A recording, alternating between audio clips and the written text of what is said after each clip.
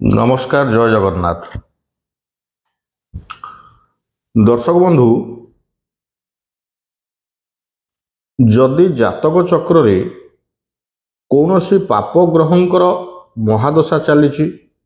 अंतर्दशा चली कौनसी अकारक ग्रहंकर दशा चली बा गोचर रे कौनसी अकारक ग्रह बा आपणक लग्न को जे अशुभ कारक ग्रह से गोचर रे गमन करुछंती आपणक राशि पाई एवं आपणक लग्न पाई अशुभ फल प्रदान करुछंती शारीरिक पीड़ा प्रदान करुछंती मानसिक स्तर रे भाराक्रांत रहुचंती आपण बा चिंताग्रस्त रहुचंती बारंबार देह खराब होउची रोजगार कमी जाउची ऋण भार रे आपण पसी जाउचंती बा ऋण भार वृद्धि होउची तबे समस्त अकारक ग्रह मानक पई एवं अशुभप्रद ग्रह मानक पई आज एक सार्वजनीन प्रतिकार बा उपाय आज कहिबी दर्शक बंधु जदि ये प्रतिकारटी आपणक मन को जाए बा आपण करंती निश्चिंत भाव रे किछि दिन करिबा परे आपण अनुभव करिवे वास्तव रे आपण दुष्ट ग्रह पीड़ारू मुक्ति पाउछंती बोली तबे दर्शक बंधु आजिर भिडियोटी को प्रतिकारटी जानिबा पूर्वरु चैनलटी को सब्सक्राइब करंतु एवं लाइक करंतु कमेंट माध्यम रे जहाँ आपण जानिबा कथा जणांतु एवं अन्य मानक जानिबा पई शेयर मध्य करंतु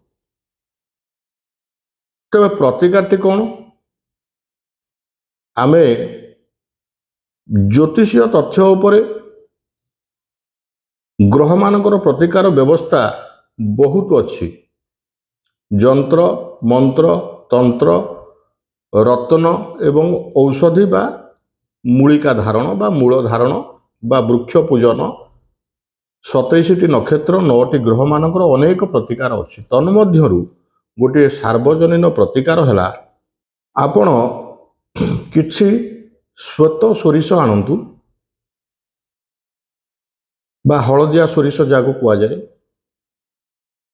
श्वेत सोरिष किछि आनी आपण गोटे पितल बा तंभा पात्र रे श्वेत सोरिष को रखंतु नृसिंहंकर मंत्र बीज मंत्र संपुटित ओम क्षौं नरसिंहाय नमः ओम क्रौं नृसिंहाय नमः यही मंत्र 27 थर 54 थर बा 108 थर पाठ करी उक्त सोरिष को श्वेत सोरिष को आपण मध्यम आंगुठी एवं तर्जनी आंगुठी माध्यम रे श्वेत सोरिष को मंत्र जप करी करी आपण अभिमंत्रित करंतु मन रखिबे दर्शक बंधु आपणकर तर्जनी आंगुठी बा बिशी आंगुठी जहाँ कहते बिशी आंगुठीर स्पर्श करिवे नाही करि दियंतु एवं से सोरिष को मंत्र जप परे आपण 3 थर फुंकी दियंतु एमती करी 3 थर फुंकी दियंतु फुंकी सारला परे से सोरिष को गोटे कागज रे ताको फोल्डिंग कर दियंतु आपण जो स्थान रे सोउचंती शयन गृह रे आपण को बेड तळे बा तकिया तळे आपण रखी ताको सोई पड़ंतु ठीक 7 दिन जो दिन से सोरिष को नहीं आपण बाहरे फिंगी दियंतु ଏବଂ ପୁନର୍ବାର ସେହି ପ୍ରକ୍ରିୟା ଆରମ୍ଭ କରନ୍ତୁ। 3 ସପ୍ତାହ ଏହା କଲା ପରେ ଦେଖିବେ ଆପଣଙ୍କର ଦୁଷ୍ଟ ଗ୍ରହମାନେ ଶାନ୍ତ ହୋଇଯାଉଛନ୍ତି ଏବଂ ଆପଣଙ୍କର ଶାରୀରିକ, ମାନସିକ ବା ଆର୍ଥିକ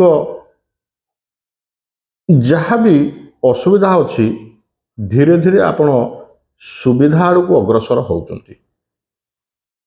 ତେବେ ଦର୍ଶକ ବନ୍ଧୁ, କରନ୍ତୁ ଏହି ସାର୍ବଜନୀନ ଉପାୟଟି। ଏହା ଏକ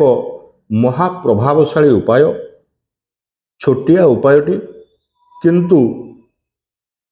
ବହୁତ ପ୍ରଭାବଶାଳୀ ଅଟେ। ସମସ୍ୟା ଯେତେ ଜଟିଳ ହେବ ସମାଧାନ ମଧ୍ୟ ସେତେ ସରଳ ହେବ। ମାତ୍ର 5 ଟଙ୍କାରେ ଶ୍ଵେତ ସୋରିଷ ବଦଳେଇ ଦେଇପାରେ ଆପଣଙ୍କର ଭାଗ୍ୟ। ରହିଲି, ନମସ୍କାର, ଜୟ ଜଗନ୍ନାଥ।